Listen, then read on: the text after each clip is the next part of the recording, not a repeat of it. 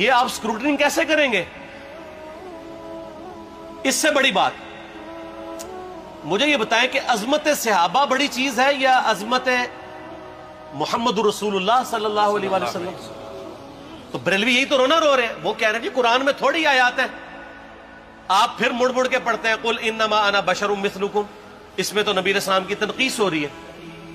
تو ہم ان کو کیا کہتے ہیں کہ تنقیص مقصد نہیں، نعوذ باللہ، نہ ہو رہی ہے. آپ افضل البشر ہیں لیکن آپ کی سپیشیز بشر ہے. یہ ہم اپنا عقیدہ سمجھتے ہیں، وہ اس کو تنقیص شمار کرتے ہیں.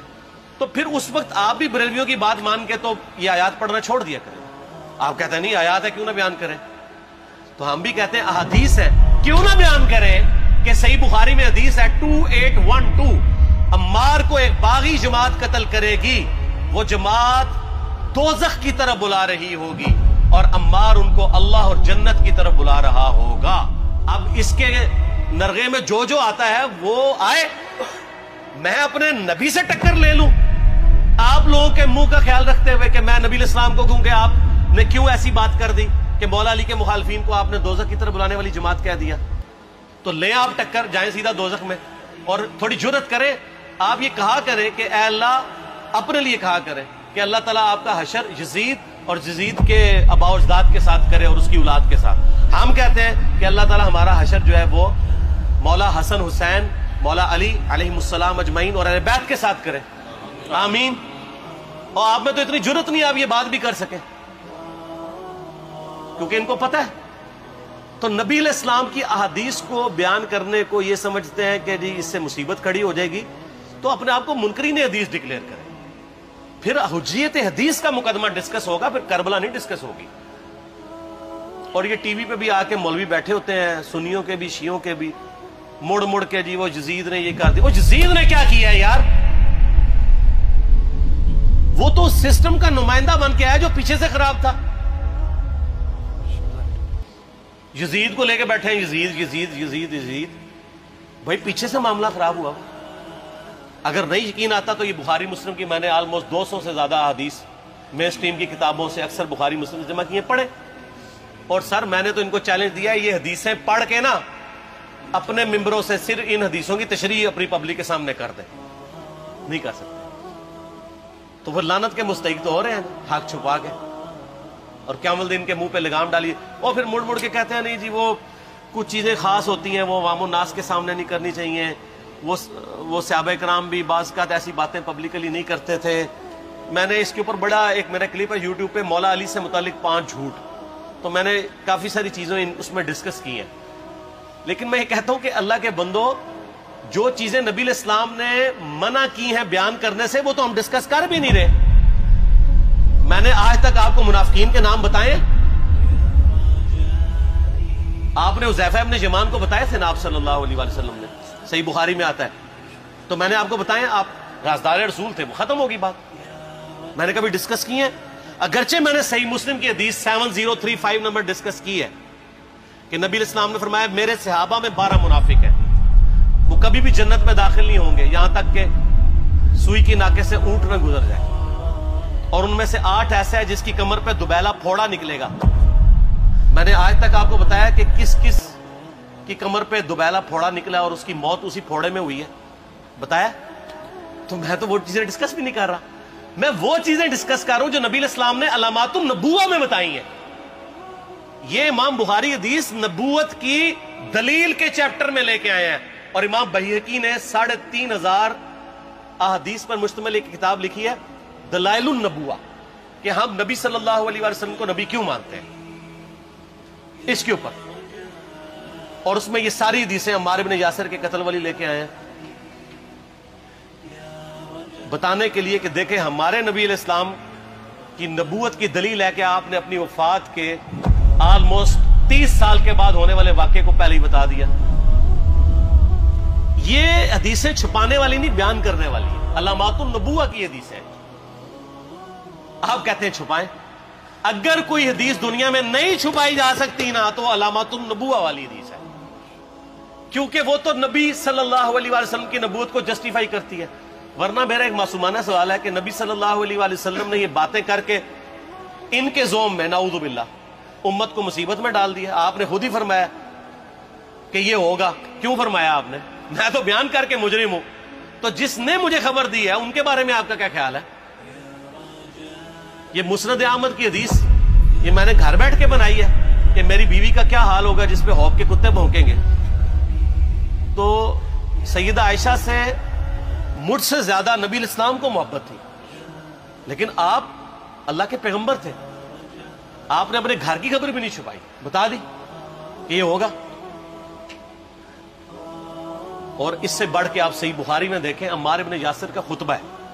میں نے یہ سارا، پریشان نہیں ہونا، یہ ریسرچ پیپر میں سارا کچھ موجود ہے اور کوئی چیز بھی ایسی نہیں جو اس میں سکپ ہو.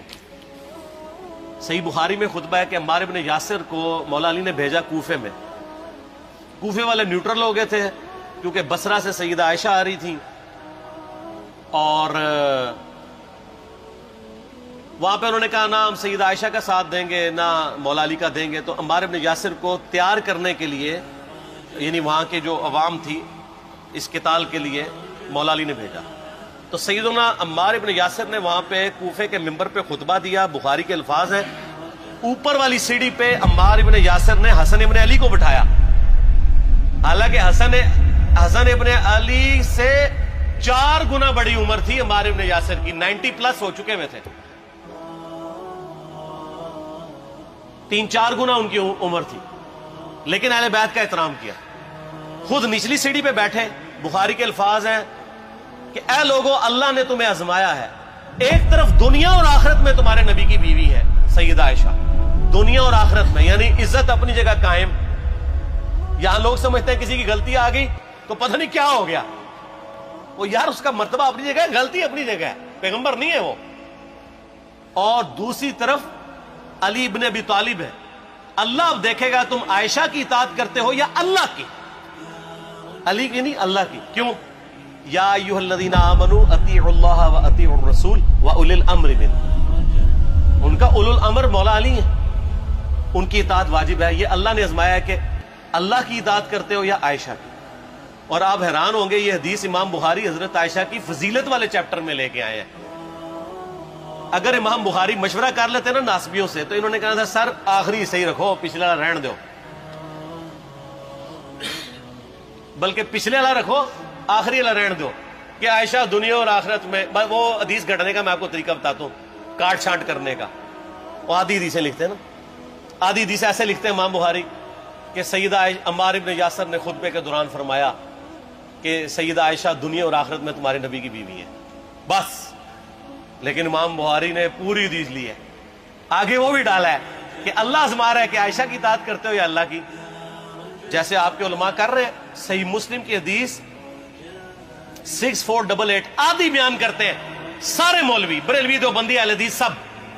میرے صحابہ کو برا مت کہو، اگر تم میں سے کسی نے احد پہاڑ کے برابر بھی سونا خیرات کر دیا اور میرے صحابہ نے 1 مد یعنی 600 گرام خیرات کی، آدھا کلو، اس کے آدھے کو بھی نہیں پہنچ سکتا بس. حالانکہ یہ مسلم کی حدیث سٹارٹ اس سے ہوتی ہے کہ عبد الرحمن بن عوف کو خالد بن ولید نے گالیاں دی جھگڑے کے دوران. حالانکہ دونوں مسلمان تھے، دونوں صحابی تھے. آپ نے حضرت خالد بن ولید کو بلا کے ڈانٹا، فرمایا تم میرے صحابہ کو برا مت کہو. تو خالد بن ولید نے تو آگے سے نہیں کہا حضور میں بھی صحابی ہوں. ان کو پتا تھا کہ عبد الرحمن بن عوف نے اس وقت اسلام قبول کیا جب اسلام کا مطلب تھا مار، تکلیف اٹھانا.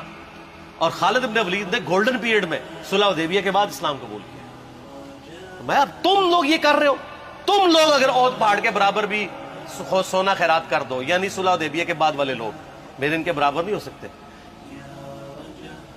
اور جو فتح مکہ پہ معافی مانگ کے مسلمان ہوئے ہیں طلقاء، مؤلفۃ القلوب آل امیہ، ان کا تو لیول ہی کچھ نہیں ہے. یہاں تو خالد بن ولید کے بارے میں یہ بات کی جا رہی ہے. اور پھر وہ مؤلفۃ القلوب اپنے زمانے میں ممبروں پہ سب و شتم کروائیں سیدنا علی پر. تو سب سے پہلے تو ان کو کہنا چاہیے جن کے بارے میں حدیث تھی کہ تم صحابہ کو گالی مت دینا. ہم نے تو خیر کبھی دی بھی نہیں ہے. اور میں یہ آخری جملہ ان کو ایسا بولتا ہوں کہ جو ان کے دماغ تک ڈرل کر جائے گا کہ آل امیہ نے جو کچھ اپنے دور کے اندر سیدنا علی کی گستاخیاں کی ہیں نا،